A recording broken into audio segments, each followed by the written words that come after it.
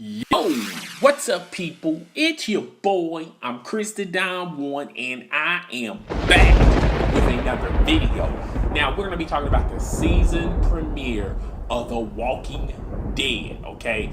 And this episode is the first episode of the premiere season. It is entitled The Day Will Come When You Won't Be. Now, last season ended up with Rick and the group kneeling helplessly before Nigel and his group. What Nigel does will haunt those who survive forever. Now, last season it ended on a cliffhanger, and during the summer we was all speculating who did Nigel hit with the bat. I mean, shit went left and shit went left fast, okay? So everyone had their suggestions who's going to get knocked off.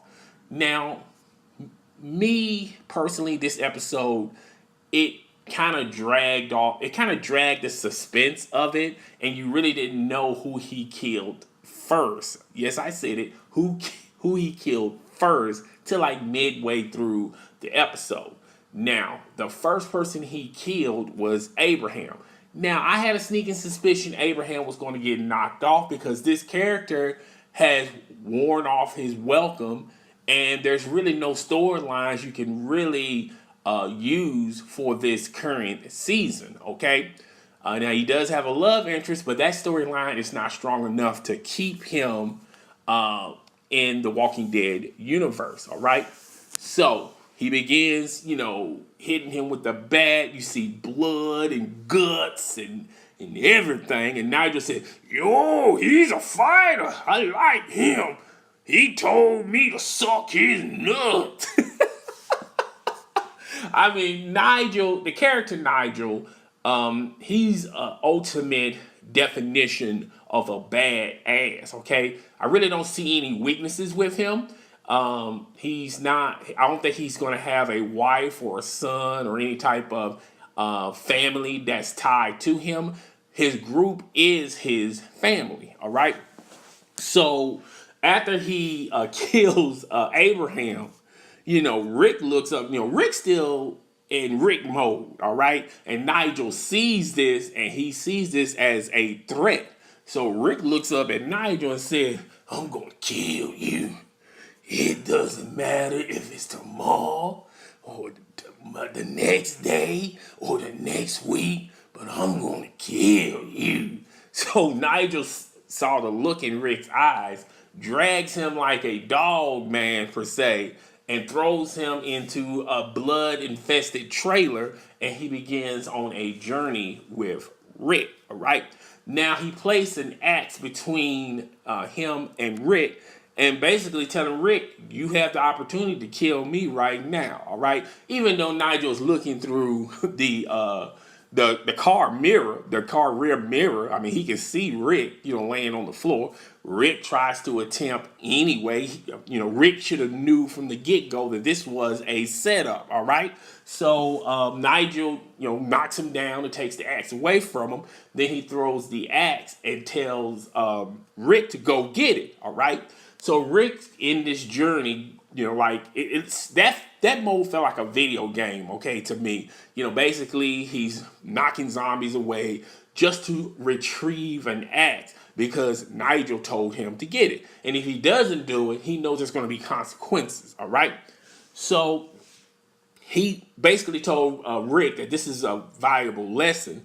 And basically the reason why he's sending him through all this struggle is that he sees the look in Rick's eyes and he doesn't like it because he knows Rick is like a rebel with a cause, okay? Rick is his own man, okay? He's his own leader, and Nigel can see how that can probably affect not only the group that's, co-signed with Rick, but Nigel group as well. You might have some offspring in his group that says, yo, Rick can probably be a better leader than Nigel, okay? So Nigel returned him back to the scene and basically was playing around with him.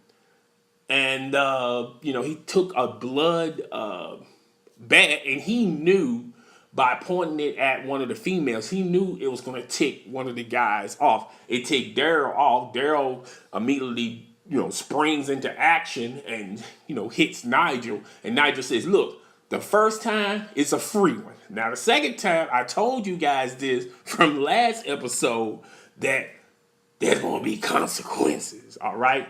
So he begins to hold the battle round, and the next person who dies, and it was a stunner to me, but in all actuality, he should have died last season because they had the makings and it set up to the point of he was going to die anyway last season, was Glenn. Now, he offed off Glenn right in front of his pregnant wife, okay? So now everybody's in suspense, and he's basically telling everybody that somebody had to pay for those consequences, all right?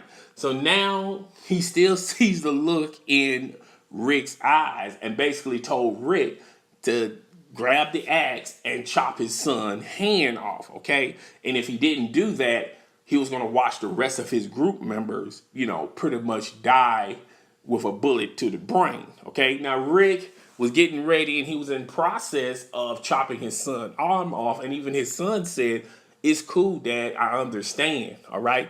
But Rick just wanted to take him to that point of desperation, and his face and his emotion immediately changed from that. Basically, Nigel wanted Rick to co-sign to Nigel's philosophy. You work for me, okay?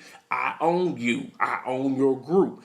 And there's not a damn thing no one can do about it. Now, he leaves the group alone, and the group is pretty much, on bended knee in a tearful emotion over their losses of Abraham and Glenn. Now, here's my final analysis of this. I would give this episode, and I'm a huge Walking Dead fan, but I would give this episode a B-. And the reason why I'm giving it a B- is because there was not a lot of meat on the bone. They kind of dragged the final scene from last year, and they kind of expanded on it for like the first 30 minutes of the season premiere, okay? This is going to be but even though I give it a B-, I still believe that this is going to be one of those great seasons, okay? So, man, that's my review on The Walking Dead, episode 1. I believe this is season 7. Guys, tell me what you think. Rate, comment, subscribe. It's your boy. I'm Chris the Don One, and I am out. Deuces.